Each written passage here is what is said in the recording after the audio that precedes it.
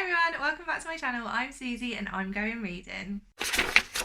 Today I'm bringing you my very first TBR. Now, I have mentioned in videos past that I am a ride or die mood reader. I am not your traditional structured TBR girl. It just ain't me. So here's the thing, I know that TBRs are a huge mainstay of BookTube and they are one of my favourite things to watch as well. I love getting the opportunity to see what some of my favourite BookTubers are going to be reading in a given month, and so I knew starting this channel that I was going to have to come up with some kind of compromise. So this is what I got for you. Instead of doing a set in stone structured TBR, I am instead going to offer you guys my TBR hopefuls. This is by no means a new idea. This is something I actually saw over on Bookstagram. It seems to happen quite a lot over on that platform, and thank God, because I was really struggling for an idea here. Shout out to all my fellow mood readers. The struggle is real and I feel your pain. So here's the plan. I will give you guys a selection of books that I'm hoping to read in a given month, and I will take you through a brief synopsis and why it is that I'm looking forward to reading them.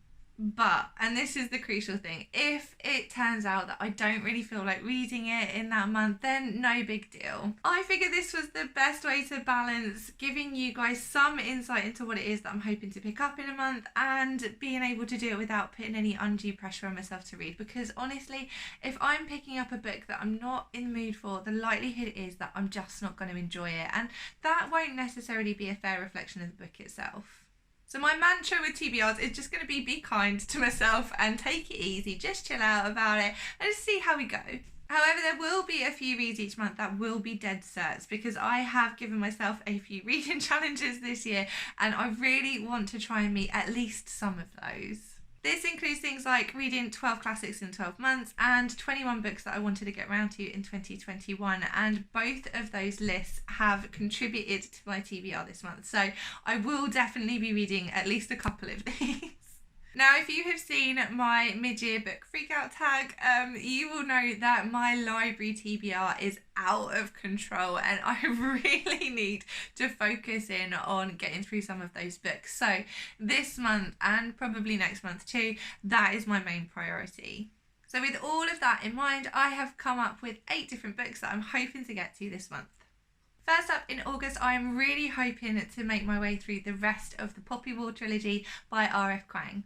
I read and loved The Poppy War, which is the first book in this trilogy, last month. It will be in my July wrap-up, so definitely go and check that out if you're interested in my thoughts and feelings on that one. But, so good. So I'm really keen to get through the second and third book, which are The Dragon Republic and The Burning Gods. Now, as I am saying this, I can confirm that I've actually finished The Dragon Republic already. I was about 75% of the way through it come the end of July, and I've managed to polish that one off in the first couple of days of August, and ooh, yeah, things got interesting, didn't they? I then moved straight on to The Burning Gods.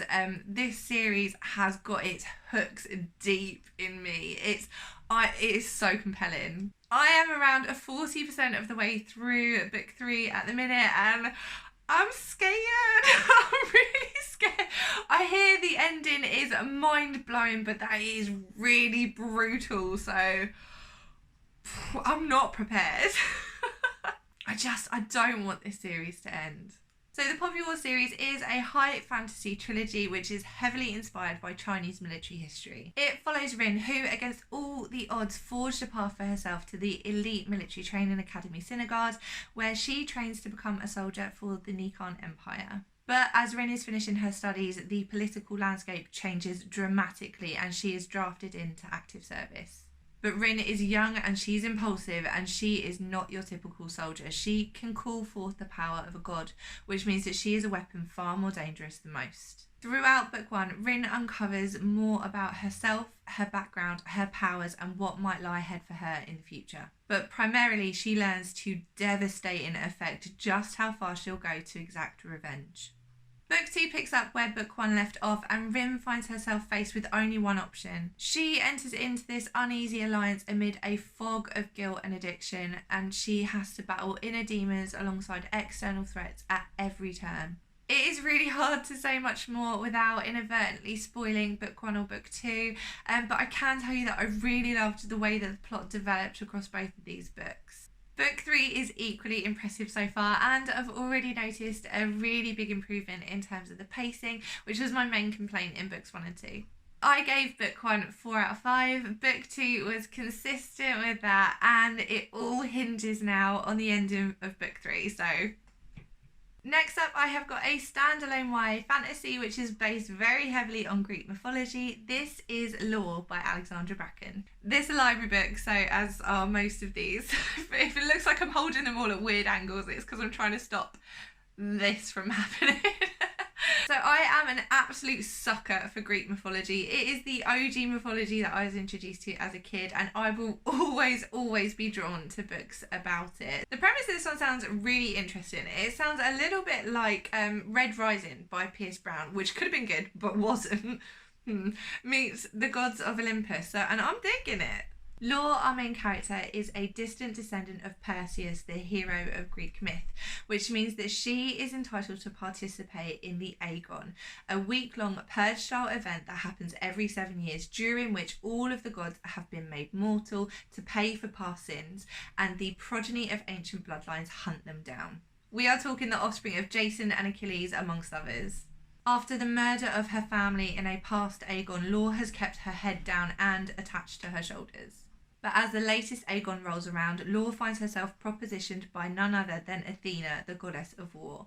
Join in one last hunt and never have to do it again. Now, this feels very much like it's going to go one of two ways for me. I am either going to love this or I am going to hate it, and I'm gunning for love.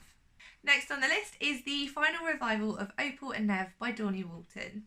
I am getting the feeling that this might well be the redemption for interview-style books following the escapades of 70s rock stars that I have been looking for. Opal is a young woman who is singing open mic nights with her sister, looking to catch her big break. When a British musician called Nev, who is recently signed to a label in the States, sees her perform, he becomes enamoured and insists that hers is the voice that he needs on his music in order to make it big.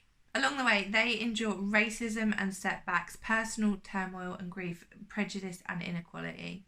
This story is their oral history given several decades later to a reporter who has got a complicated personal history with Opal.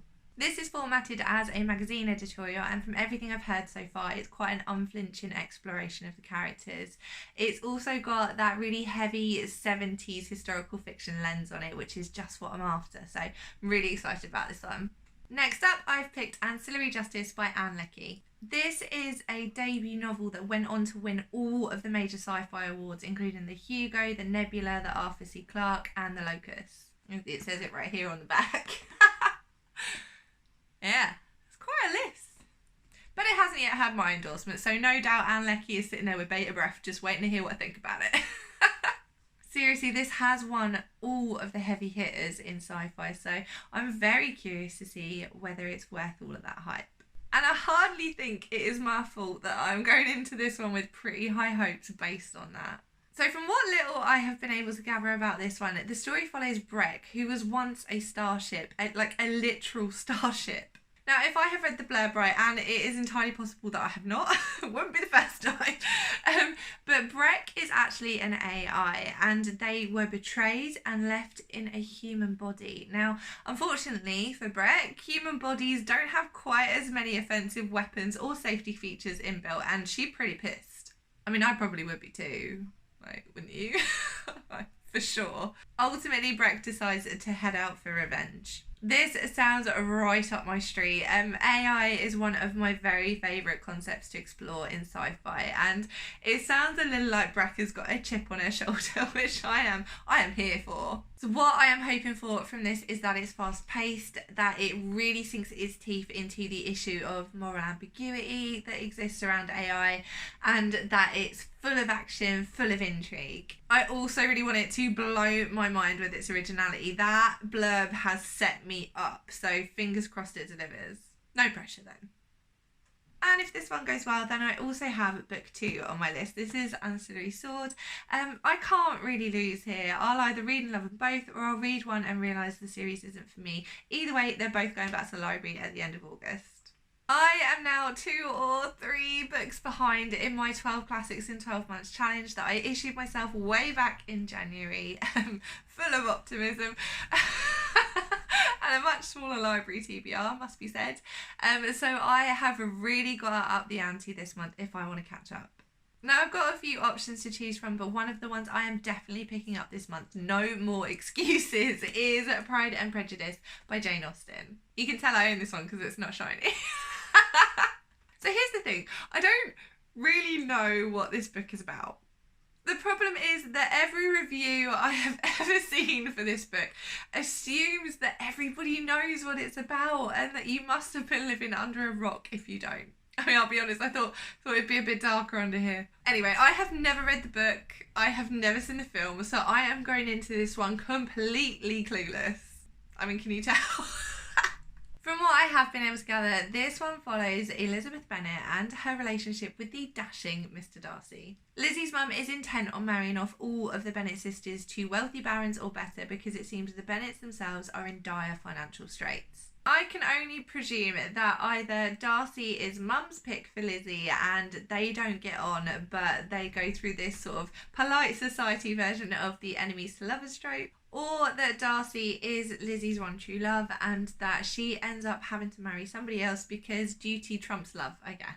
You can probably tell just how clueless I am about this one, and hey, we can all meet up again at the end of the month and laugh about how wrong I was with this synopsis. I am completely stabbing in the dark here. I guess we'll find out at the end of it all. And last on the list is Malibu Rising by Taylor Jenkins Reid. You can see my bookmark in here. I have literally just started this one. I'm not very far in at all, but I will definitely have read this one come the end of August. This is the latest from Reid, who is probably best known for writing two of BookTube's favourite books, which are The Seven Husbands of Evelyn Hugo and Daisy Jones and the Six. Now, I have read both, but I only liked one, so this book presents a bit of an opportunity for me to work out whether or not I like Reid's writing and if I'm planning to continue to pick up things from her in the future. So Malibu Rising is set in the same world as The Seven Husbands and Daisy Jones, and there's a little bit of crossover between them all. So it's the end of the summer and Nina, the eldest of the four Reaver siblings, whose dad Mick is one of Evelyn's ex-husbands and who briefly featured in Daisy Jones, is due to hold the biggest party of the year. Never mind the fact that her personal life is falling apart. So we know going into this that by the end of the 24 hours during which this book is set, the house where the party is being held is on fire. Now what we don't know is what else has gone up in flames with it. This should be interesting. I'm excited to find out where I land with Taylor Jenkins Reid in general. She is a very popular author on BookTube, and I just want to know if I'm wasting my time keep picking up her books in the future, or if I'm pretty much guaranteed to love them and she becomes a new auto-buy author for me. It's kind of gone one extreme to the other with the two books of hers that I have read, so this really could make all the difference. So there we have it, 8 books that I'm hoping to read by the end of this month. I'll try, I might not, who knows. I guess you'll just have to come back and watch my wrap up at the end of the month to find out what I actually did end up reading. Please feel free to let me know in the comments down below whether you have read any of these books, whether they are on your radar, what you thought of them, if you have already read them. I would love to hear your thoughts. Don't forget to hit like and subscribe so that you don't miss a thing, and I will see you again soon. Thank you as ever for watching. Bye! And he's getting a bit stressed his game. He's playing his Xbox upstairs. Hit my tooth.